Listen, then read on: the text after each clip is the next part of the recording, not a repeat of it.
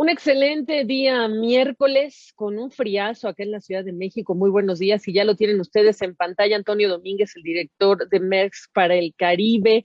¿Cómo estás, Antonio? Te estoy saludando en un momento en el que estamos hablando de la inflación en Estados Unidos alcanzando máximos históricos y también cuando estamos hablando de la variante Omicron alterando todo tipo de operaciones. Por supuesto, las aerolíneas en fechas de viajes es lo que más hemos notado, pero poco hemos hablado de la cadena de logística a nivel marítimo y ustedes como gran empresa de logística seguramente lo han vivido. ¿Qué pasa con Omicron, con el personal y con la cadena de suministro que esperábamos se, digamos, distendiera o se relajara o mejorara en estos meses? Bienvenido. Muchísimas gracias por la oportunidad, Gaby. Un placer saludarte. En mi país decimos que vamos a paso de procesión. 2 pasos hacia adelante, un paso hacia atrás. Yo creo que es la mejor forma de describir realmente los retos que tiene la cadena de suministro. Nosotros todos estábamos esperanzados que el 2022 nos diera algo de respiro. Lastimosamente hemos comenzado el año, como tú mencionabas, en la parte de las aerolíneas, pero también en la parte marítima con bastantes retos. Y si me permites, te voy a enumerar un poco, quizás por área, ¿no? Para que tu audiencia entienda lo que estamos hablando. Hablemos un poco de Europa. ¿Cómo está Europa el día de hoy? Bueno, Europa comenzó con la ola de Omicron temprano. Antes de Navidad había países ya cerrados en Europa por Omicron. Los casos continúan subiendo en Europa y eso enseguida ha impactado las terminales. Tenemos terminales en Europa como Bremerhaven que están a 130% de capacidad. Si usted pone a pensar una terminal que está 100%, 30% por encima, enseguida todo se hace mucho más lento. Tenemos terminales como Rotterdam, tenemos terminales como Hamburgo, que están al 100% de capacidad. Para trabajar en estas terminales estamos hablando de una demora de 1 a 4 días. Si vamos al Reino Unido, estamos hablando en los puertos de Reino Unido, estamos hablando de una demora de 7 a 10 días para trabajar en un puerto en el Reino Unido. Claro, esto hay que verlo país por país, porque si vamos, por ejemplo, vamos a Bélgica, los puertos en Bélgica que hace una semana, por el impacto de Omicron, tenían 10 días para que el barco atrasara, se espera que esta semana baje a 2 días. Entonces, nuevamente es por país. Eso es la realidad de Europa el día de hoy. Asia, agarremos China primero. China tiene una política de cero tolerancia. Donde hay un caso, se cierra todo. No importa que haya 30,000, 40,000 personas, todas tienen que pasar por test, se cierra por completo la ciudad. Tenemos casos reportados ya en 3 grandes ciudades de China. Y sabes que China se está preparando para las Olimpiadas de invierno, que comienzan ahora en el 4 de febrero. Y también se está preparando para el Año Nuevo Chino, que comienza el 31 de enero. Entonces, todo esto tiene a todo el mundo conmocionado. Y en esa dinámica tenemos casos en Tianjin. Tianjin queda muy cerca donde van a ser las Olimpiadas. Tenemos casos en Beilun. Beilun queda muy cerca de Ningbo. Ningbo es el tercer puerto más grande del mundo, después de Shanghai y de Singapur. ¿Qué pasó cuando salió el caso en Ningbo? 100 casos salieron en Ningbo, enseguida se paró por completo la operación en ciudades como Jinhua, en ciudades como Yongkang, en ciudades como Zhejiang. Enseguida ni un solo transporte se podía mover en la ciudad. Eso enseguida para las fábricas, eso enseguida hace que no entren los contenedores a tiempo al puerto, eso no hace que no salga la carga que va a la ciudad. Y hoy en día, a 6 días de que salió ese primer brote en Beilun, nos encontramos con operación de puerto y de barco, de atraque de barco, estabilizada, el contenedor entrada y salida aún retrasado, y la densidad de la yarda está en un 80%. Entonces, es un panorama retador. Estados Unidos, tú y yo hemos hablado muchas veces. Espérame, la densidad de la yarda, ya nos dejaste a todos ahí de la densidad de la yarda. Oigan, ¿qué es la densidad de la yarda? A ver. Perfecto, muy bien, déjame ponerte, como te dije, en Europa es la capacidad del puerto. La yarda es el puerto para nosotros, entonces uno dice la capacidad del puerto está en un 80%, uno está en 100 o 130 como Europa, y eso está así. ¿Cómo se explica? Porque los barcos siguen saliendo, había muchísima carga entrando ya retrasada, el puerto estaba lleno, los barcos siguen entrando y saliendo, a diferencia de Europa, que quizás la carga llega toda la semana, ¿no? Esa es la explicación. Déjame venirme a Estados Unidos. Estados Unidos, tú y hemos hablado a la saciedad de Los Ángeles y Long Beach. Yo creo que ya ni siquiera es noticia, ¿no? Porque no se arregla. Seguimos con retrasos larguísimos, seguimos con retrasos que hoy en día están entre 28 y 45 días. ¿Cómo? Y te digo algo, ¿28 y 45 días para que descargue un buque? para que el barco accese a la terminal. O sea, el barco Uf. se queda anclado esperando entre 28 y 45 días de retraso. Tú le vendes a un cliente, digo, tu barco iba a llegar el 1 de enero. Súmale 28 días para que ese barco pueda llegar al puerto. Tu barco de verdad llegó el 29 de enero. O súmale 45 días, tu barco de verdad entró el 10 de febrero. Ese es el reto que hay. Ahora espérame, perdóname que te voy a decir así como time back, porque aquí de lo que hay que hablar es lo que dice el gobierno estadounidense. La administración Biden dijo que está hablando ahorita Antonio de la llegada de los barcos al puerto. Luego hay que hablar de el tiempo que permanecen los contenedores en el puerto para hacer después esa mercancía trasladada a las tiendas, etcétera, y que se había impuesto pues digamos, una tarifa adicional por día por cada contenedor que permaneciera allí. ¿Puedes vincularme ese retraso más lo que está pasando con esos contenedores? Porque está funcionando o no está funcionando, se está desahogando o no se está desahogando. Sí, hay que ser muy realista, ¿no? Se estaba realmente mejorando la situación cuando comenzó y llegó Omicron. Hoy tú hablabas de las tasas de inflación en Estados Unidos, pero ayer también hubo una noticia en Estados Unidos que decía récord de hospitalizaciones y de casos por día en Estados Unidos. Estamos hablando de récord en el país que tiene más casos de COVID en el mundo, ¿no? Entonces eso, por supuesto, regresamos a lo que hablábamos 3 meses atrás. Falta de transportistas, retraso en la salida de la carga. Y hay tantos barcos esperando. Estos barcos son grandísimos, son barcos de 20,000 contenedores. Con 2 o 3 barcos que lleguen y no salga esa carga, por supuesto que se satura, ¿no? Entonces hay que entender. ¿Y qué ha pasado? Comenzaron a buscar puertos alternos. La gente, me voy a Seattle, me voy a Vancouver. Hoy en día, todos los puertos de la costa oeste de Estados Unidos, todos están congestionados. Ya no solamente Long Beach o Los Ángeles, todos los puertos están congestionados. Estamos hablando de 28 a 45 días. Seattle y Vancouver hoy están al 100% de capacidad de la terminal de la yarda. Entonces, realmente es una situación que mientras Omicron siga pegando, y de la manera que está pegando, va a haber falta de mano de obra, por supuesto. Eso va a impactar. ¿Cuánta gente, perdón que te interrumpa, pero cuánta gente que nos está escuchando ya notó que en su empresa hay algunos compañeros que no pueden ir a trabajar, que se tienen que quedar en casa? Hay, digamos que cierto tipo de trabajos que se pueden hacer desde casa, hay otros que no. En este caso estamos hablando definitivamente de mano de obra que se requiere in situ y por lo tanto, cuando enferma ese personal, pues estamos hablando de alteraciones en esa cadena de suministro. Y quiero subrayar lo que tú dijiste, China. Esa política de cero COVID, de cerrar ciudades en el momento en el que se detectan hasta casos asintomáticos 2 o 3 y que ha llevado a ciudades de más de 100,000 o 1,000,000 de habitantes a cerrar, esa política de cero COVID también es un factor de riesgo enorme en recuperar esa fluidez en esa cadena de suministro. Perdóname, seguías. No, completamente de acuerdo, ¿no? Tú no puedes, si tú ves la lista del World Shipping Council o ves la lista de Lloyd List de los primeros 10 puertos del mundo, tenemos a Shanghai, tenemos a Singapur, tenemos a Ningbo, Shenzhen, Guangzhou, Busan, Qingdao. 7 están en China. Con una política de cero tolerancia como esta, y cierras por completo una ciudad, creas caos enseguida en la cadena de suministro.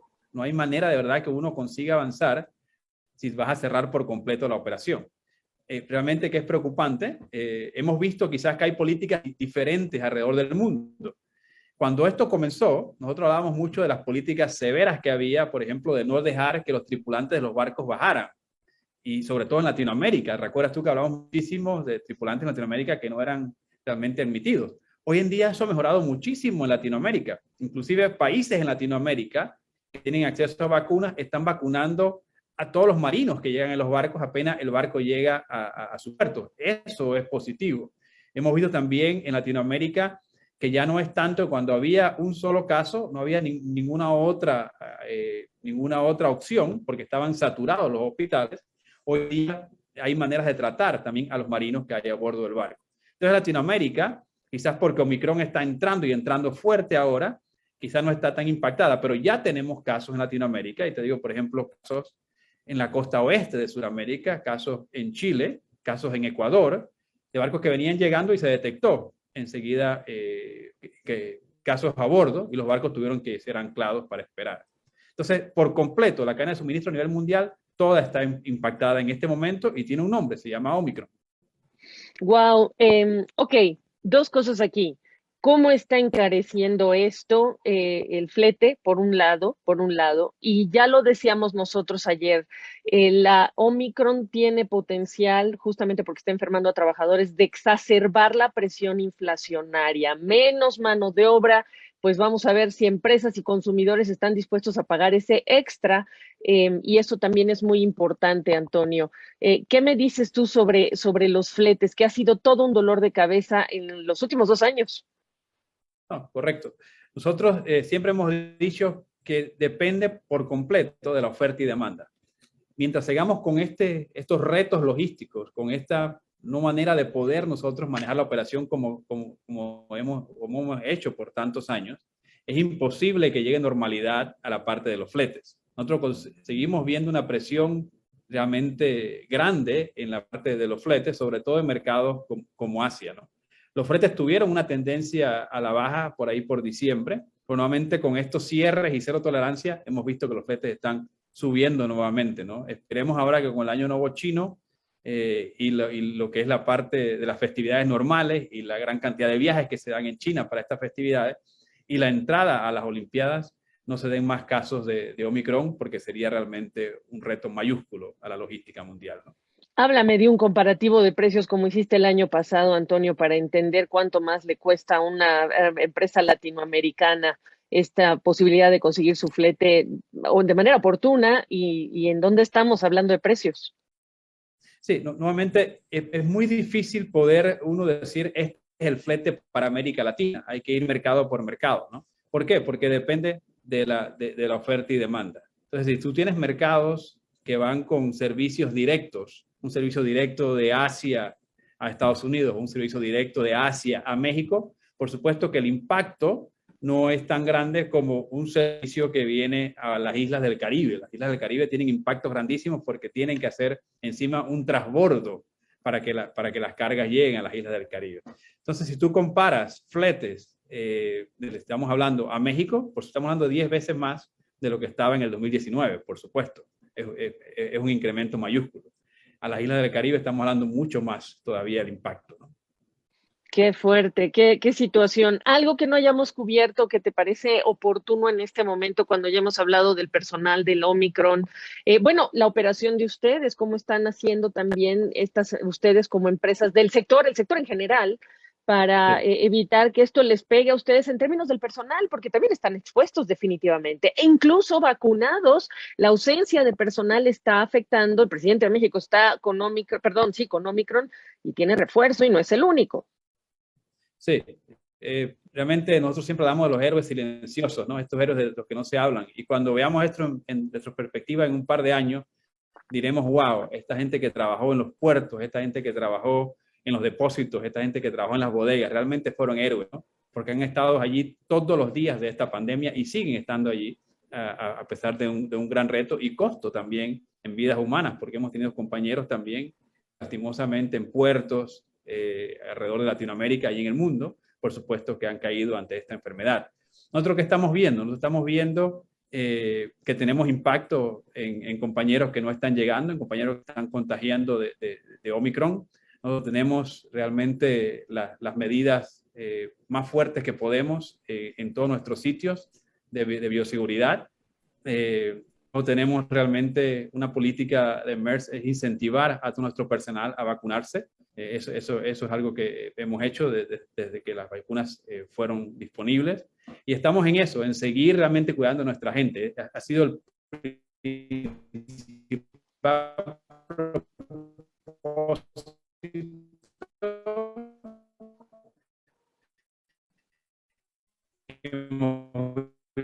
los sitios de los clientes de idea de cuál es el impacto en origen de retraso de esa carga. Y también hemos creado servicios de mover carga de China a Europa. Tenemos servicios ahora por tren, tenemos servicios ahora por barcaza, tenemos servicios combinados, tanto marítimo, aéreo. Estamos utilizando mucho la carga aérea, algo que hemos crecido. En Latinoamérica crecimos carga aérea nosotros más de 100% el año pasado, dándole a nuestros clientes realmente ventajas de mover carga aérea y también carga consolidada. Ya te pido una disculpa, Antonio, tengo un problema. Yo soy la del problema con Internet porque estoy en la Ciudad de México, no me preguntes, no sé si es Carlos Slim y todo lo que ha sucedido con la pandemia, pero estabas hablando de Latinoamérica y las opciones y las estrategias con las que ustedes también están buscando, pues, diversificar o apoyar a los clientes con alternativas, y decías que el tráfico aéreo para ustedes o la carga aérea aumentó en Latinoamérica, nos estabas dando este porcentaje. Correcto. En Latinoamérica nosotros hemos crecido más de 100% en el año pasado en carga aérea. Nuestros clientes han encontrado en la carga aérea una opción muy buena para sus negocios. Igual en carga consolidada, estamos viendo que los clientes comienzan a comprar menos cantidades de diversos orígenes para reducir realmente el riesgo, ¿no? Y en eso también nosotros le hemos dado muchísimas opciones en los últimos meses. Lo que nos han pedido para este año los clientes es hacer mucho más fuerte el programa aéreo. Nos han pedido hacer mucho más fuerte el programa de carga consolidada y estamos dándole respuesta a ellos en ese respecto, ¿no? Por último, adelante, adelante. No, y también algo que los clientes han estado pidiendo mucho es cuáles son las políticas nuestras de conservación también, ¿no? Es algo que nos han pedido muchísimo y hoy hemos visto el anuncio de la inflación en Estados Unidos, hemos visto el anuncio de los casos de Omicron, pero también hoy Maersk anunció que hemos decidido nosotros mover nuestra meta de cero emisiones del 2050 al 2040, 10 años antes de lo que habíamos planeado, y no solamente decirlo en la parte marítima, sino en toda la cadena de suministro. Toda la operación de Maersk se va a hacer emisiones a partir del 2040, y eso también va con la compra ahora de 4 barcos más propulsados por metanol, que anunciamos hace unos días. Pues felicidades por esa meta y la estaremos monitoreando. Simplemente, como en otras ocasiones, Antonio Domínguez, pedirte tu mejor recomendación para las compañías en los meses que vienen, las semanas que vienen, por lo que has descrito en esta conversación. ¿Cómo cierras para ya cerrar esta conversación? Yo creo que la comunicación es esencial. Por favor, manténganse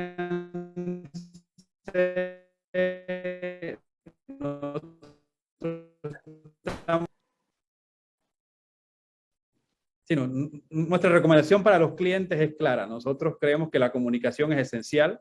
Nos estamos enviando 2 comunicados por semana, donde le damos un pantallazo global a todos nuestros clientes de cómo está la situación en todos los puertos del mundo. Y también nuestra página, ustedes pueden entrar y comenzar a ver en tiempo real realmente cuál es la operación que está pasando en ese momento en sus áreas de importación o exportación. Entonces, nuestra recomendación es manténganse muy cercano de la cadena de suministro y por favor minimicen el riesgo porque realmente Omicron va a traer mucho más retos en los meses que se nos vienen.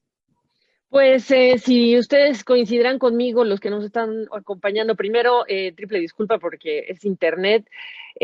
Antonio Domínguez, has resultado ser un enorme activo para nosotros en términos de contacto de información y de analista y prácticamente digamos, una guía sobre lo que sucede pues con el tema de la logística cuando hablamos de grandes compañías trabajando en medio de este desafío. Así que gracias siempre por esta oportunidad, un excelente año y seguimos pendientes con tu apoyo también de lo que esté pasando en lo que toca esta cadena de suministro global. Muchas gracias, Gaby.